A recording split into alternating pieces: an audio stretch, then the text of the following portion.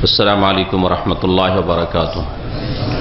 إن الحمد لله نحمده ونستعينه ونستغفره ونعوذ بالله من شرور أنفسنا ومن سيئات أعمالنا. من يهده الله فلا مضل له ومن يضلله فلا هادي له. وأشهد أن لا إله إلا الله وحده لا شريك له وأشهد أن محمدا عبده ورسوله صلى الله تعالى عليه وعلى آله وصحبه وسلم تسليما كثيرا. يا أيها الذين آمنوا اتقوا الله حق تقاته ولا تموتن إلا وأنتم مسلمون. يا أيها الناس اتقوا ربكم الذي خلقكم من نفس واحدة وخلق منها زوجها وبث منهما رجالا كثيرا ونساء واتقوا الله الذي تساءلون به والأرحم إن الله كان عليكم رقيبا. يا أيها الذين آمنوا اتقوا الله وقولوا قولا سديدا يصلح لكم أعمالكم ويغفر لكم ذنوبكم ومن يطع الله ورسوله فقد فاز فوزا عظيما. أما بعد فإن خير الحديث كتاب الله وخير الهدي هدي محمد صلى الله عليه وسلم وشر الأمور محدثاتها وكل محدثة بدعة وكل بدعة ضلالة وكل ضلالة في النار. أعوذ بالله من الشيطان الرجيم. فأما من أعطى واتقى وصدق بالحسنى فسنيسره لليسرى. আল্লাহ পাকের সমস্ত প্রশংসা যে আল্লাহ পাক রব্বুল আলামিন আমাদের সৃষ্টি করেছেন এবং আমাদের এই দুনিয়াকে করেছেন তিনি কর্মক্ষেত্র, আমলের জগৎ, কাজের সময়। যে আল্লাহ পাক রব্বুল আলামিন আমাদের জন্য আখিরাত সৃষ্টি করে রেখেছেন, জান্নাত জাহান্নাম সৃষ্টি করে রেখেছেন, সেটা হচ্ছে বদলার জগৎ, প্রতিদান জগৎ।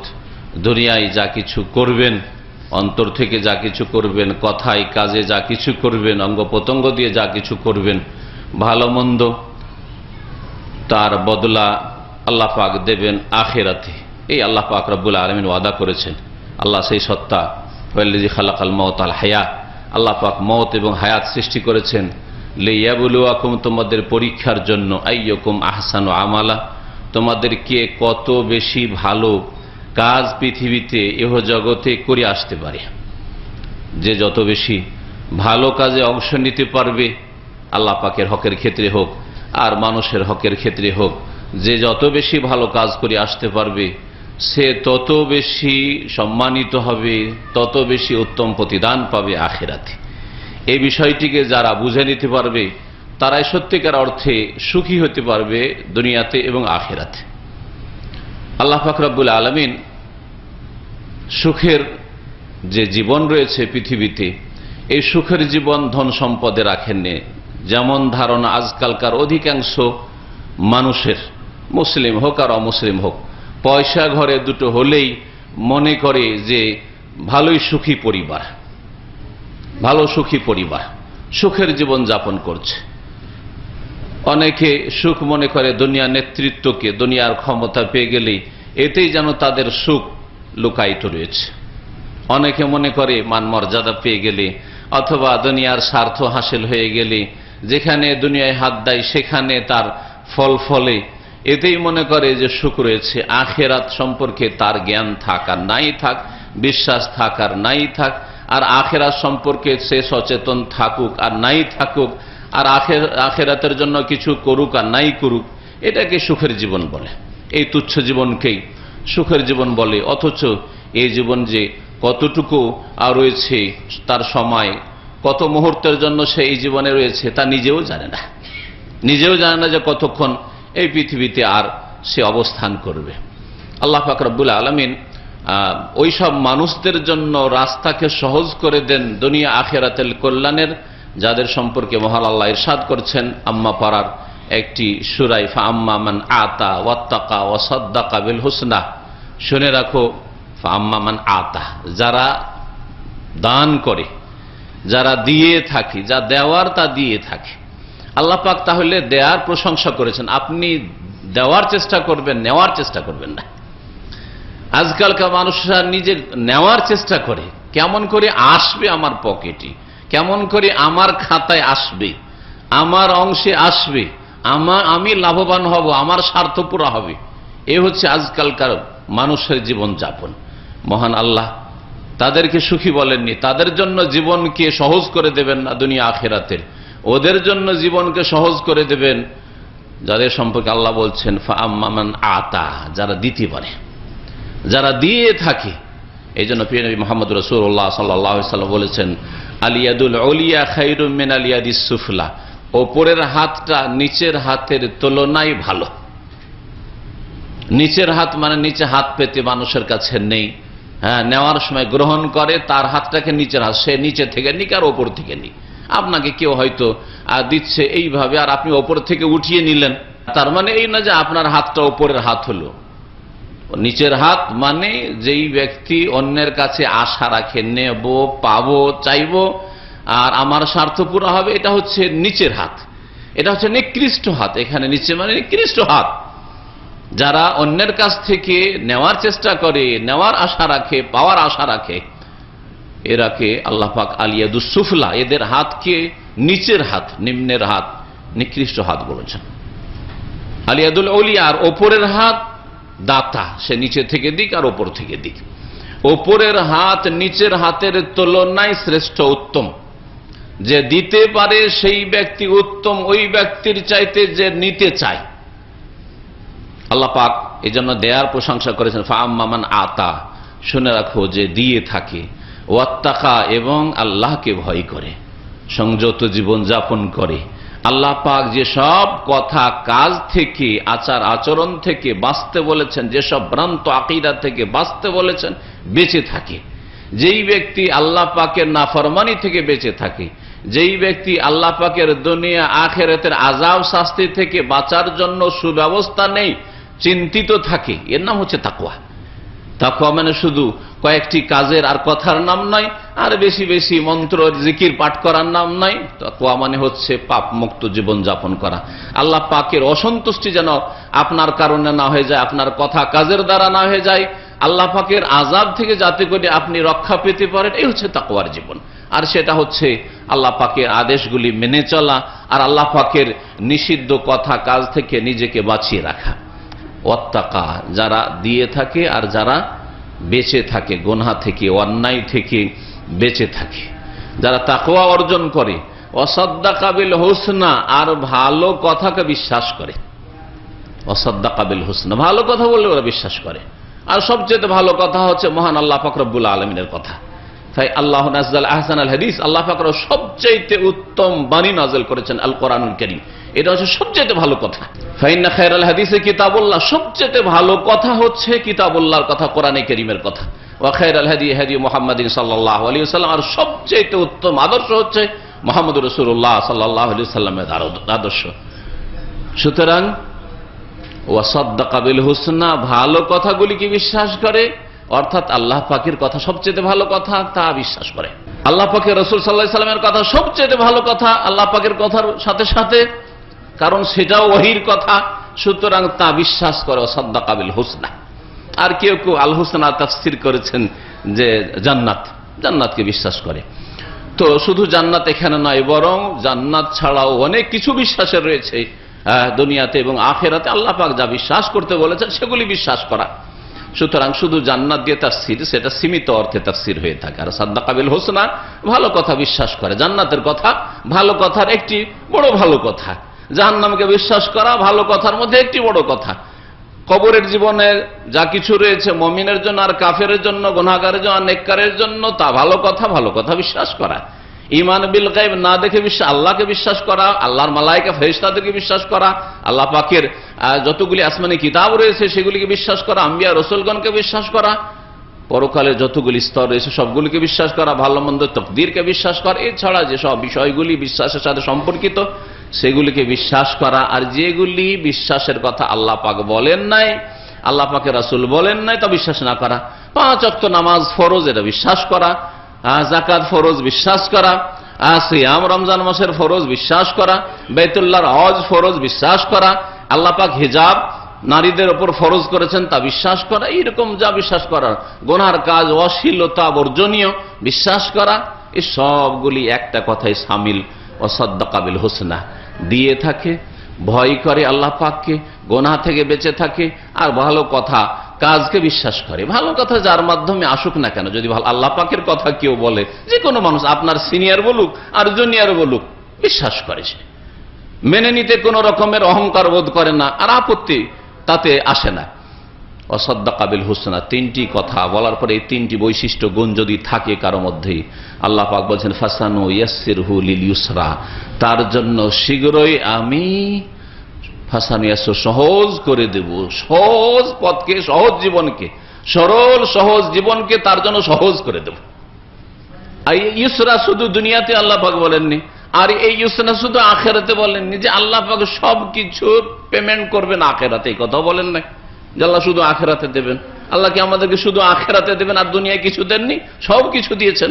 ওয়াইন তাউদ্দু নি'মাতাল্লাহি লা তুহসুহা, আল্লাহ পাকের নিয়ামত, একজন সাধারণ থেকে সাধারণ মানুষ, অভাবী থেকে অভাবী মানুষ, অসুস্থ থেকে অসুস্থ মানুষ, যে কোনো মানুষ যদি তার কাছে যে নিয়ামতগুলি রয়েছে সেগুলি যদি গণনা করে, লা তুহসুহা, গণনা করে শেষ করতে পারবে না। যদি আল্লাহ পাক একদিক থেকে অসুবিধা রাখেন, বহু দিক থেকে সুবিধা দিয়েছেন। আল্লাহ পাক যদি একটি আমার মধ্যে অভাব রাখেন তো বহু দিক থেকে অভাব মুক্ত করেছেন। একটি যদি আমার মধ্যে দোষ থাকে বা ত্রুটি থাকে তাহলে বহু দিক থেকে আল্লাহ পাক রব্বুল আলামিন আমাকে পারফেক্ট করেছেন। ওয়াইন তাউদ্দু নি'মাতাল্লাহি লা তুহসুহা, যদি আল্লাহ পাকের নিয়ামতকে তোমরা এক একটি করে গণনা করো, কখনো তোমরা তা আয়ত্ত করতে পারবে না, গণনা করে শেষ করতে পারবে না। আল্লাহ পাকের অসংখ্য নিয়ামত রয়েছে, মাথা থেকে পা পর্যন্ত, শরীরে রয়েছে, শরীরের বাইরে রয়েছে, ভিতরে রয়েছে। আর আপনার আশেপাশে যে সব আপনার নিয়ামতের প্রয়োজন সেগুলি রয়েছে, নিরাপত্তার নিয়ামত হোক, আর পানাহারের নিয়ামত হোক, আর শ্বাস প্রশ্বাসের নিয়ামত হোক, আর হাওয়া বাতাসের নিয়ামত হোক, যে কোনো নিয়ামত, আর নিদ্রার নিয়ামত হোক, যে কোনো নিয়ামত হোক না কেন আল্লাহ পাক। আর সবচেয়ে বড় নিয়ামত হচ্ছে ঈমান আর ইসলামের নিয়ামত। সবচেয়ে বড় নিয়ামত হচ্ছে ঈমান, ইসলামের নিয়ামত। এর চেয়ে বড় নিয়ামত আর কিছু নেই। আমার কাছে আপনার কাছে কিছুই যদি না থাকে, ঈমানের সম্পদ নিয়ে আর ইসলামের সম্পদ নিয়ে যদি দুনিয়া থেকে বিদায় হতে পারেন, তাহলে কামিয়াব, আপনি কামিয়াব। ফামান যুহজিহা আনিন নার ওয়া উদখিলাল জান্নাতা ফাকাদ ফাজ। ফামান যুহজিহা আনিন নার, যাকে জাহান্নাম থেকে দূরে রাখা হলো, জাহান্নাম থেকে রক্ষা পেয়ে গেল, আর ওয়া উদখিলাল জান্নাহ, জান্নাতে দাখিল হতে পারলো, জান্নাতে যেতে পারলো, কামিয়াব। তার কাছে কিছু থাক আর না থাক দুনিয়াতে, সে সফল কাম, সাকসেস। দুনিয়ায় কিছু থাক আর নাই থাক, সারা জীবন অসুস্থ থাকার যে অবস্থায়, সারা জীবন অভাবী থাকার যাই হোক আর যেই অবস্থায় হোক না কেন, ফাকাদ ফাজ, আল্লাহ বলছেন সেই হচ্ছে আসল কামিয়াব, সেই হচ্ছে সফল। অমাল হায়াতুদ দুনিয়া, আর দুনিয়াকে কামড়ে ধরে নিয়েছো, দুনিয়ার দিকে ঝাঁপিয়ে পড়েছো। অমাল হায়াতুদ দুনিয়া, দুনিয়া কিছুই নয়, কিছুই নয়। ইল্লা মাতাউল গরুর, এ তো প্রতারণার সামগ্রী মাত্র, এ তো ধোকার সামান। ধোকা খেয়ে বসে রয়েছে, এই কিছুই না। তোমার কাছে কিছুদিন থাকবে, তোমার কাছ থেকে চলে যাবে, আর কাউকে আল্লাহ পাকে দিয়ে দেবেন। অথবা তুমি সেই নিয়ামত ছেড়ে চলে যাবে, আসলে নিয়ামত আর কিছুদিনও ভোগ করতে পারলে না। অনেকে রয়েছেন বাড়ি ঘর তৈরি করলেন, আর তারপরে 2-4টা 10টা দিনও বসবাস করতে পারলেন না, 2-4টা 6 মাস বসবাসও করতে পারলেন না। হ্যাঁ, বিবাহ শাদী করেছেন, তারপর বিবির সাথে দেখা সাক্ষাতের সুযোগ পেলেন না। একবার বিবাহ করে বিদেশে এসেছেন, তারপরে দ্বিতীয়বার কি আর নসিবই হলো না। হ্যাঁ, একটা ছেলে পেয়েছেন, খুব বড় আশা রেখেছিলেন, এই ছেলে আমার বার্ধক্যের আশ্রয় হবে আল্লাহর পরে, কিন্তু সেই ছেলে আপনার আশাকে নিরাশায় পরিণত করল, কোনো কাজে আসলো না। এই দুনিয়ায় যা কিছু রয়েছে তা হচ্ছে ধোকার সামগ্রী, এতে প্রতারণা, ধোকা ছাড়া আর কিছু নেই। যেই ধোকায় আজকে অধিকাংশ মানুষ পড়ে রয়েছে। ফালা তাগুররান্নাকুমুল হায়াতুদ দুনিয়া ওয়ালা ইয়াগুররান্নাকুম বিল্লাহিল গরুর, আল্লাহ পাক বলছেন তোমাদেরকে পার্থিব জগৎ যাতে করে প্রতারিত না করে, ধোকায় ফেলে না রাখে। দুনিয়ার ভোগবিলাসের সামগ্রী, দুনিয়ার সুখ স্বাচ্ছন্দ্যের যেসব আসবাবপত্র রয়েছে, এগুলি তোমাদেরকে ধোকাতে যেন ফেলে না রাখে। ওয়ালা ইয়াগুররান্নাকুম, আর তোমাদেরকে কখনো যেন ধোকা না দিতে পারে, প্রতারিত না করতে পারে আল্লাহ সম্পর্কে। আল গরুর, সবচেয়ে বড় ধোকাবাজ, সবচেয়ে বড় ধোকাবাজ গরুর, ইসিম মুবালাগার সাগা, সবচেয়ে বড় ধোকাবাজ হচ্ছে ইবলিস শয়তান। এই গরুরের তাফসীর হচ্ছে ইবলিস শয়তান। ইবলিস শয়তান তোমাদেরকে প্রতারিত করে, ধোকা দিয়ে তোমাদেরকে ধ্বংস না করে, তোমাদের আখিরাতকে ধ্বংস না করে, আখিরাতকে টার্গেট বানিয়ে, আখিরাতকে লক্ষ্য উদ্দেশ্য রেখে, আখিরাতকে 1 নম্বরে রেখে রাস্তা দিয়ে যেন চলছেন। আর চলতে গিয়ে যতটা ডানে বামে আপনি হালাল পেলেন, বৈধ আসবাবপত্র পেলেন, বৈধ সুখের সামগ্রী পেলেন, বৈধ পথে যতটুকু আপনি দুনিয়ার ভোগবিলাসের সামগ্রী পেলেন, করে যান, কোনো অসুবিধা নেই। এই দিক থেকে ওই দিক থেকে হালাল হইতে হবে, যে দিক থেকে হোক না কেন আপনার হাত যত দূর যাচ্ছে, আপনার কর্মক্ষেত্র যতদূর পর্যন্ত যাচ্ছে, আর টাকা পয়সার ক্ষেত্রে হোক, আর মান সম্মানের ক্ষেত্রে হোক, আর বিদ্যা বুদ্ধির ক্ষেত্রে হোক, আর নারী গাড়ি বাড়ির ক্ষেত্রে হোক, আর যে কোনো ক্ষেত্রে হোক না কেন, যতটা হালাল পথে আসছে ততটা গ্রহণ করুন। এতটুকু আল্লাহ পাক রব্বুল আলামিন মানুষকে ইখতিয়ার দিয়েছেন, স্বাধীনতা দিয়েছেন। মুহাম্মদ রাসূলুল্লাহ সাল্লাল্লাহু আলাইহি ওয়াসাল্লাম এই কথাই বলেছেন যে আখিরাত আমাদের টার্গেট। নবী করিম সাল্লাল্লাহু আলাইহি ওয়াসাল্লাম একদিন ঘুমিয়েছিলেন একটা খেজুরের চাটাই, খেজুর পাতা দিয়ে বানানো চাটাইয়ের উপর সাধারণত নবী করিম সাল্লাল্লাহু আলাইহি ওয়াসাল্লাম ঘুমাতেন। ঘুমিয়েছিলেন, ওয়াকাদ আস্তারা আলা জামবিহি, নবী করিম সাল্লাল্লাহু আলাইহি ওয়াসাল্লামের দেহ মোবারকে দাগ পড়ে গেছে। দেখবেন আপনারা চাটাই ফাটাইয়ের উপরে ঘুমালে, এমনকি এমনি বিছানাও যদি উঁচ নিচে একটু থাকে তো দাগ হয়ে যায়, তাই না? এই দাগ পড়ে গেছে। ওয়াকাদ আস্তারা আলা জামবিহি। ওমর রাদিয়াল্লাহু তাআলা আনহু সেই সময় নবী করিম সাল্লাল্লাহু আলাইহি ওয়াসাল্লামের কাছে অনুমতি নিয়ে প্রবেশ করছেন। প্রবেশ করলে দেখেন নবী করিম সাল্লাল্লাহু আলাইহি ওয়াসাল্লামের দেহ মোবারকে এই চাটাইয়ের উপর শুয়ে থাকার কারণে দাগ হয়ে গেছে। বড়ই কষ্ট অনুভব করলেন আর বলেন, ইয়া রাসূলুল্লাহ, এই সব জালেম কাফির আল্লাহ দ্রোহী ইহুদি নাসারা আর এই অগ্নি পূজকরা এরা কত ভোগ বিলাসের জীবন যাপন করছে, কত পাপে ডুবে রয়েছে আর আল্লাহ দ্রোহিতা করছে, তারপরও তাদের সুখের শেষ নাই, সুখের শেষ নাই।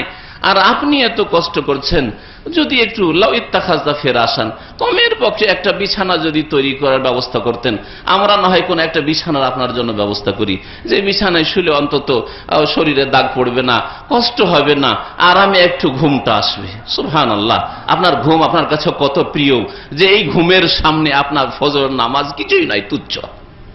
অধিকাংশ মুসলিম কাফেরদের কথা বলছি না, হিন্দু আর ইহুদি নাসারাদের কথা বলছি না, এই মুসলিম সমাজের অধিকাংশ মুসলিমদের কথা বলছি, এমনকি অধিকাংশ নামাজের কথা বলছি। নামাজ মাঝে মধ্যে পড়লেও ফজরের নামাজের কাছে আসলে বোঝা যায় যে আসলে মুসলিম না মুনাফিক মার্কা মুসলিম। এখানে আপনার সামনে দুটো রাস্তা, একটা হচ্ছে ঘুমের রাস্তা, একটা হচ্ছে ফজরের রাস্তা। হ্যাঁ, ঘুম এইদিকে ডাকছে, শয়তান ডাকছে যে আলাইকা লাইলুন তাওয়িল, সেই বুখারী হাদিস, আলাইকা লাইলুন তাওয়িল, রাত অনেক আছে, শুয়ে যা, শুয়ে যা, আরেকটু শুয়ে থাক, আধা ঘন্টা আজানে কামতের মাঝখানে আছে, শুয়ে থাক, উঠে যাবি, একটু পরে উঠে যাবি।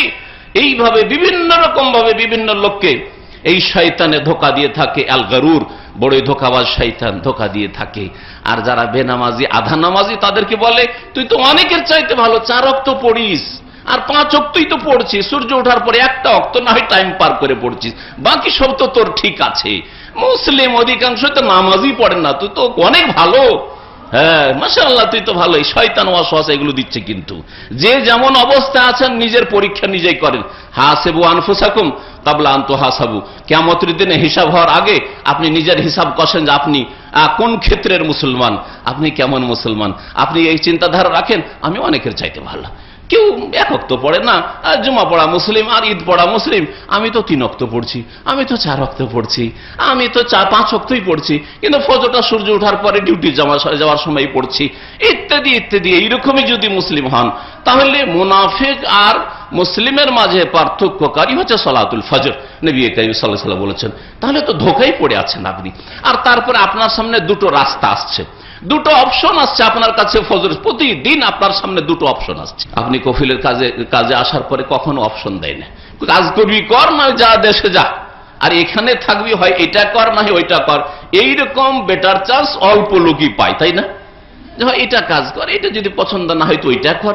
এইরকম যদি কফিল পায় যায় তোর খুশির শেষ নেই। আরে আমাকে এখতিয়ার দিচ্ছে, চয়েস দিচ্ছে, তুই এটাও করতে পারিস, এটাও করতে পারিস, তুই দাম্মামেও থাকতে পারিস, তুই মক্কা জিদ্দাও তো থাকতে পারিস, তাহলে ভালো সুবিধা। এই সুযোগ কি আমার আছে?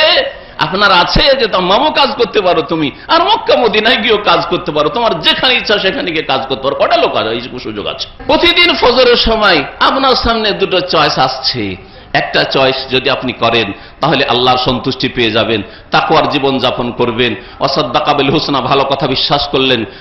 ইন্না কুরআনাল ফাজরি কানা মাশহুদা, ফজরের নামাজে অসংখ্য ফেরেশতারা হাজির হয়। ফজরের নামাজে যদি আপনি মসজিদে হাজিরা দেন, অসংখ্য ফেরেশতারা আপনাকে দেখলো, আপনার নাম নোট করলো, আর আল্লাহ পাকের কাছে গিয়ে সাথে সাথে রিপোর্ট দিবে যে আল্লাহ অমুক অমুক বান্দাদেরকে ফজরে পেলা।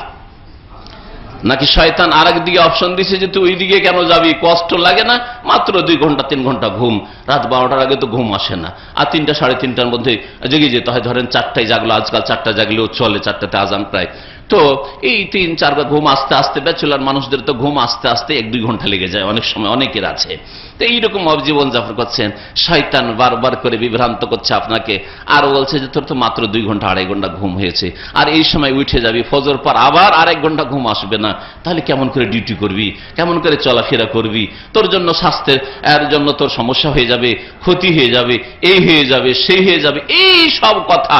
ওয়াজাইয়ার আলহামুশ শাইতান আমালহুম, শয়তান এই পাপীদের কাজগুলিকে সাজিয়ে সাজিয়ে সুশোভিত করে পেশ করে, সাজিয়ে সাজিয়ে পেশ করে, যার ফলে ফাসাদাহু মানিস সাবিল, আল্লাহর রাস্তায় চলতে, মসজিদের রাস্তায় আসতে, নামাজে জামাতে আসতে, ফজরে হাজির হইতে বাধা সৃষ্টি করে। ফাহুম লা ইয়াহতাদুন, এই জন্য এরা হেদায়েত পায় না। আল্লাহ পাক কোরআনে কারীমে ইরশাদ করেছেন। সম্মানিত মুসলিমরা, আল্লাহ পাক রব্বুল আলামিনের এই 5 ওয়াক্ত সালাত ফরজ, তার মধ্যে ফজরের নামাজ আপনাকে চিহ্নিত করে যে আপনি সত্যিকার অর্থে মুসলিম, না আপনার অন্তরে নেফাক কপটতা রয়েছে, সুবিধাবাদী মুসলিম। আপনার কাছে দুনিয়া 1 নম্বরে, না দিন 1 নম্বরে? আপনার কাছে দুনিয়ার ভোগবিলাস 1 নম্বরে, না আখিরাত জান্নাত আপনার কাছে 1 নম্বরে? আপনি কি আসলি সাদ্দাকা বিল হুসনা, না ক্ষণিকের মাতাউল গুরুরে বিশ্বাসী, দুনিয়ার প্রতারণার সামগ্রীতে আপনি বিশ্বাসী? যখন আপনার সামনে দুটো অপশন আসলো, তখন আপনি নামাজে গেলে তো মুসলিম হলেন, আর যদি নামাজে না যান, ঘুমকে প্রাধান্য দেন, তাহলে আপনি নিজেকে ক্ষতিগ্রস্ত করলেন, আখিরাতকে ধ্বংস করলেন, আর দুনিয়াকে আপনার ধ্বংস করলেন। আসবাহা, নবী সাল্লাল্লাহু আলাইহি ওয়াসাল্লাম বলছেন, ফাআসবাহা খাবিসান নাফসে কাসলান, যখন ফজর নামাজ ছেড়ে দেয় আর শুয়েই থাকলো, তখন বালাস শয়তান ফি উযনাইহি, নবী কারীম সাল্লাল্লাহু আলাইহি ওয়াসাল্লাম হাদিস, কেমন করে শয়তান পেশাব করে আল্লাহ পাক ভালো জানেন। অনেক কিছুই আমরা চোখে দেখি না, শয়তান 2 কানে পেশাব করে দেয়, সহিহ হাদিস। ফাসবাহ খাবিসান নাস, তারপরে সূর্য ওঠার পরে উঠলো একবারে নোংরা আত্মা নিয়ে, খবিস আত্মা নিয়ে, এই নোংরা জীবন যাপন নিয়ে উঠলো, কাসলান অলস হয়ে উঠলো, গাফিল, আল্লাহ থেকে গাফিল, আখিরাত থেকে গাফিল, জাহান্নামের ভয় থেকে গাফিল, কবরের জীবন থেকে গাফিল, ঈমান ইসলাম থেকে, তাকওয়া থেকে গাফিল।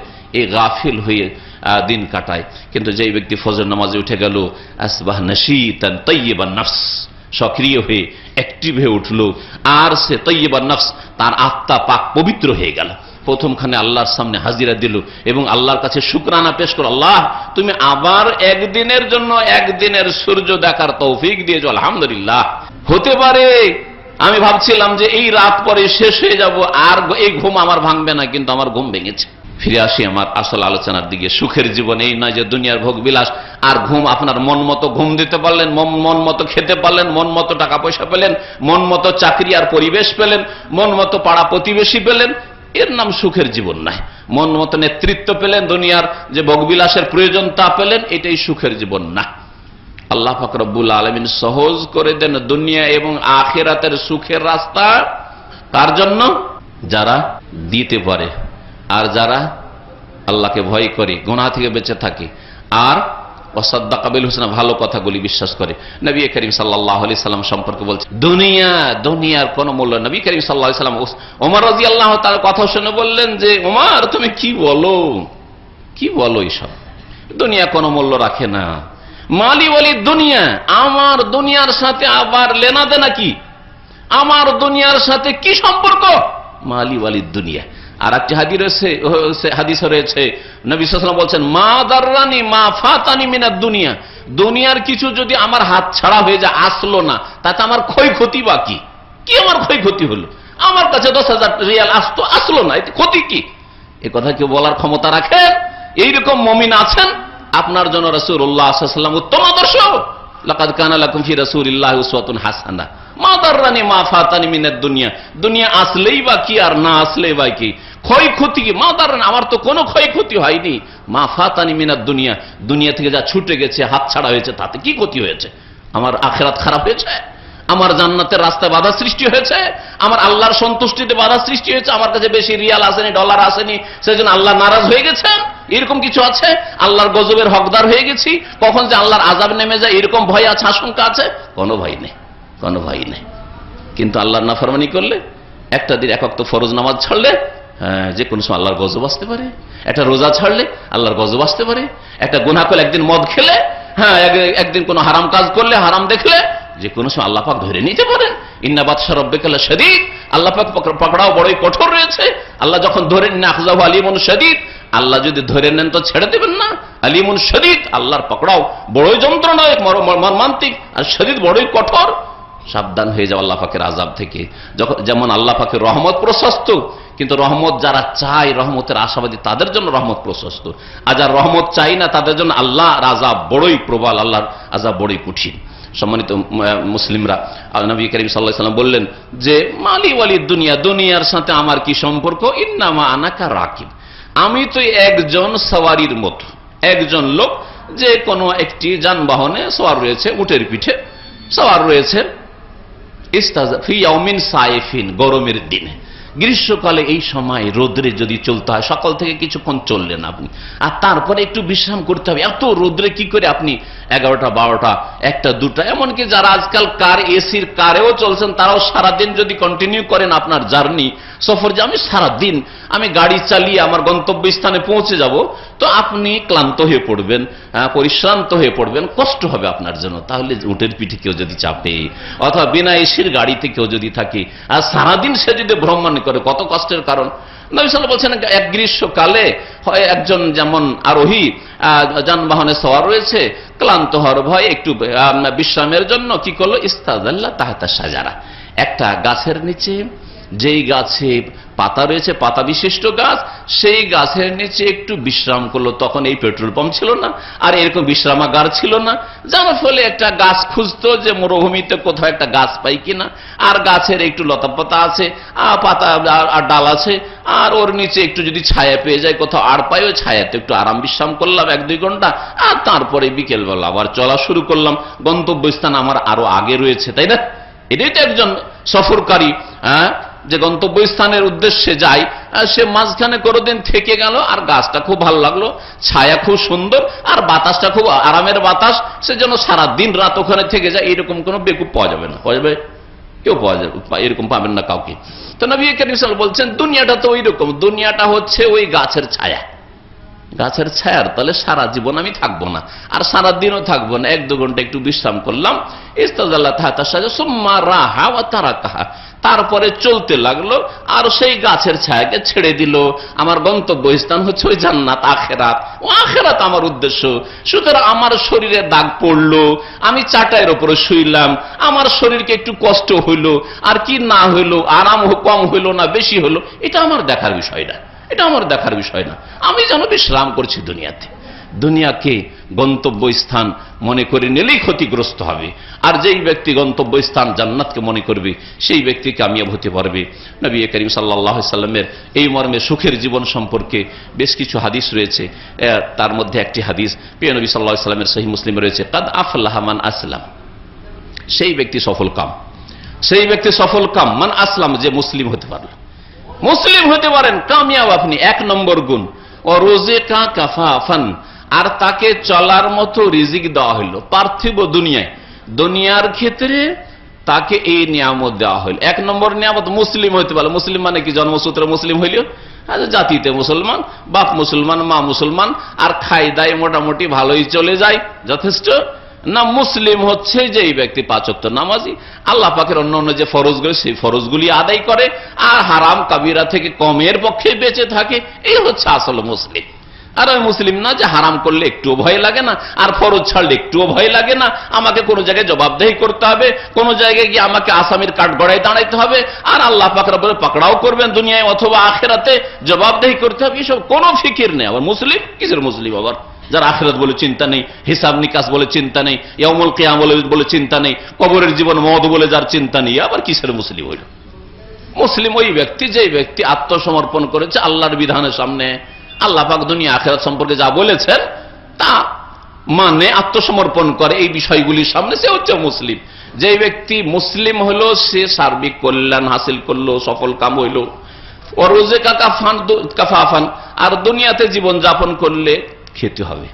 দুনিয়াতে যে মানুষ পানাহার করে, এই 2 শ্রেণীর মানুষ রয়েছে। কিছু লোক আছে বেঁচে আছে, তার জীবনটা হচ্ছে পানাহারের জন্য, ভোগবিলাসের জন্য, এরা হচ্ছে দুনিয়াদার, পেট পূজারী। আর মুমিনদের শান হচ্ছে, মুমিনদের বৈশিষ্ট্য হচ্ছে যে তারা খাওয়া দাওয়া করে, পানাহার করে বেঁচে থাকার জন্য। বেঁচে থাকতে হবে, সুস্থ থেকে আল্লাহ পাকের ইবাদত বন্দেগী করতে হবে, সেজন্য খাওয়া দাওয়া করে। সুতরাং বেঁচে থাকার মতো কাফা মতো কিছু খেতে পেলে, ডাল ভাত একটু পেলে, শুকনো রুটি পেলেই আর খেয়ে দিয়ে কোন রকম শরীরটা সুস্থ থাকলেই তার জন্য চলে। কিন্তু যারা মনে করে যে আমার জীবনটাই হচ্ছে পানাহারের জন্য, তাকে তো অনেক খেতে হবে, কারণ এটাই তো আমার টার্গেট। বেঁচে আছি খাওয়ার জন্য, তাই না? বেঁচে আছি টাকা পয়সার জন্য, বেঁচে আছে গদির জন্য, নেতৃত্বের জন্য, বেঁচে আছে দুনিয়ার স্বার্থ হাসিল করার জন্য। তো পেট তো অনেক বড়, পেট তো অনেক বড়। তাহলে এই পেট তো আর কোনোদিন ভরবে না, খাই খাই খাই খাই কখনো মিটবে না। শুধু ওই জাহান্নামের গুণ সৃষ্টি হয়ে যাবার মধ্যে হালমি মজিদ, হালমি মজিদ, আরো বেশি লাগবে, আরো বেশি লাগবে, আরো বেশি লাগবে, এই করতে থাকে। সবসময় মনে রাখবেন যে একজন মুসলিম খাওয়া দাওয়া করে বেঁচে থাকার জন্য, বেঁচে থাকে খাওয়া দাওয়ার জন্য নয়। খাওয়া দাওয়া করে, পানাহার করে, দুনিয়াতে যেটুকু প্রয়োজন গ্রহণ করে, নিদ্রা নেই, শুয়ে থাকে, বিশ্রাম করে, শরীরের যেসব হক করে সেগুলো আদায় করি, সেজন্য সুস্থ থাকার জন্য, বেঁচে থাকার জন্য। আর বেঁচে থেকে যতদিন সুস্থ থাকতে পারি আল্লাহ পাককে সুন্দরভাবে ইবাদত বন্দেগী করব। আল্লাহুম্মা ইন্না আলা যিকরিকা ওয়া শুকরিকা ওয়া হুসনি ইবাদাতিক। আল্লাহ পাক যেন আমাদেরকে সুন্দরভাবে ইবাদত করার তৌফিক দান করেন। ওয়া কান্নাহু আল্লাহু বিমা আতা, আর আল্লাহ পাক যা দিয়েছেন তাতে সে পরিতৃপ্ত। এই তিনটি গুণ যদি থাকে, মুসলিম, সত্যিকার অর্থে মুসলিম, আল্লাহ পাকের বিধান মোতাবেক জীবন যাপন করে, আর চলার মতো আল্লাহ রিজিক দান করেছেন, যা দুনিয়ার প্রয়োজন দান করেছেন, আর যা দান করেছেন তাতে মনটাই শান্তি রয়েছে, সুখে আছেন আপনি, সুখের জীবন। আপনার বিবি কালো থাকলেও, আপনার বিবি যেই রকমই থাক, সুন্দরী নাই হোক, আপনাকে দেখতে ভালো নাই লাগুক, দুনিয়ার মধ্যে সবচেয়ে যত মহিলা আপনার নজরে আসে, অথবা আপনার ধারণা আছে আপনার স্ত্রীর মধ্যে আমার স্ত্রী সবচাইতে দেখতে খারাপ, তারপরও কানাআত, মনের পরিতৃপ্তি, এতে আমার মনের শান্তি রয়েছে, এতে আলহামদুলিল্লাহ মনের শান্তি রয়েছে। আমি ওপরে দেখবো না, নিচের দিকে দেখবো। আমার ছেলে মেয়ে যেই রকম সুস্থ হোক আর অসুস্থ হোক, পড়াশোনা করতে পারলো আর পারলো না, স্মৃতিশক্তি ভালো না মন্দ, যেটুকু আছে তাতে পরিতৃপ্ত। এইরকমই টাকা পয়সার ক্ষেত্রে, রুজি রিজিকের ক্ষেত্রে, খাওয়া দাওয়ার ক্ষেত্রে, সব ক্ষেত্রে, চাকরির ক্ষেত্রে আমরা ওপরে দেখে লাভ আছে যে কেউ এসিতে চাকরি করে আর আমি রোদে চাকরিকে ওপরে দেখে কোনোদিন শান্তি পাবেন না। এই জন্য নবী কারীম সাল্লাল্লাহু আলাইহি ওয়াসাল্লাম বলেছেন যে তোমরা কি করো, ফালিয়ানজুর ইলা মান হুয়া আসফালা মিনহু, ওপর দিকে নজর গেলে চট করে নিচের দিকে তাকাও, ওপর দিকে দেখলে নজর চলে যায় ওপর দিকে। অনেক সময় রে এদের এই জীবনযাপন, এদের কি ভোগ বিলাস, এদের কি সুখের জীবন, নিচের দিকে ফট করে দেখেন। নিচের দিকে যদি দেখেন আপনার নিচে অনেকেই রয়েছে, অনেকেই আপনার নিচে রয়েছে, তাহলে এতে আল্লাহ পাকের শুকরিয়া আদায় করতে পারবেন। সহিহ মুসলিমের হাদিস, তিরমিজির হাদিস। তো এই একটি হাদিস শোনালাম, মুসলিম হয়ে যান, আর চলার মতো যদি আপনাকে আল্লাহ রিজিক দিয়ে থাকেন, মাসে জাপান খেয়ে দিয়ে চলে যাচ্ছে, বাঁচুক আর নাই বাঁচুক টাকা পয়সা, হ্যাঁ, আর ওতে মনে শান্তি আছে, খাই খাই ভাব নেই, তাহলে আপনি সার্বিক কল্যাণ হাসিল করে নিয়েছেন, আপনি কামিয়াব। তিরমিজি তার একটি হাদিস রয়েছে, আল্লামা নাসির আলবানী সহিহ হাসান বলেছেন, সেই হাদিসে রয়েছে নবী কারীম সাল্লাল্লাহু আলাইহি ওয়াসাল্লাম বলেছেন, মান আসবাহা মিনকুম আমিনান ফি সিরবিহি, তোমাদের মধ্যে কেউ যদি তার নিজের বাসস্থানে, যেখানে থাকেন না কেন, বাড়িতে হোক আর বাসাতে হোক, আর বিদেশে যেখানে আপনি বাসা নিয়েছেন সেখানে হোক, যেখানে আছেন আপনি, হোটেলে, বিদেশে সফরে গেছেন হোটেলে হোক, যেই ব্যক্তি নিজের বাসস্থানে নিরাপদ বসবাস করে, যেখানে গিয়েছেন কোনো চিন্তা নেই, নিরাপত্তাহীনতা ভোগ করছেন না, আপনি গেলেই বা শুইলেই, বাড়িতে ঢুকলে হারাম, ওখানে কোনো অশান্তি নেই, আমিনান ফি সিরবিহি, কোনো ভয় নেই, আল্লাহ পাকের পক্ষ থেকে আল আমন, নিরাপত্তা, সব দুনিয়ার একটি বড় নিয়ামত। মানুষের খাদ্য আর পানীয়র চাইতে বড় নিয়ামত হচ্ছে নিরাপত্তা। আপনার বাড়িতে খাবার দাবার যদি ভরপুর থাকে আর নিরাপত্তা যদি না থাকে, দুশ্মনের ভয় থাকে, পেটে ভাত ঢুকবে না, হ্যাঁ, এক গ্লাস পানি খেতে গিয়েও চিন্তা করবে যে হাই রে, এই পানি খেয়ে পাশে পারবো কি পারবো না, পানিটা শেষ হবে কি হবে না, গ্লাসটা রাখতে পারবো কি পারবো না, তাই না? যুদ্ধের অবস্থা যদি থাকে, অথবা যদি শত্রু ঘেরাও করে থাকে, এই সময়গুলির কথা চিন্তা করুন তো, যে আপনি কি শান্তি পাবেন।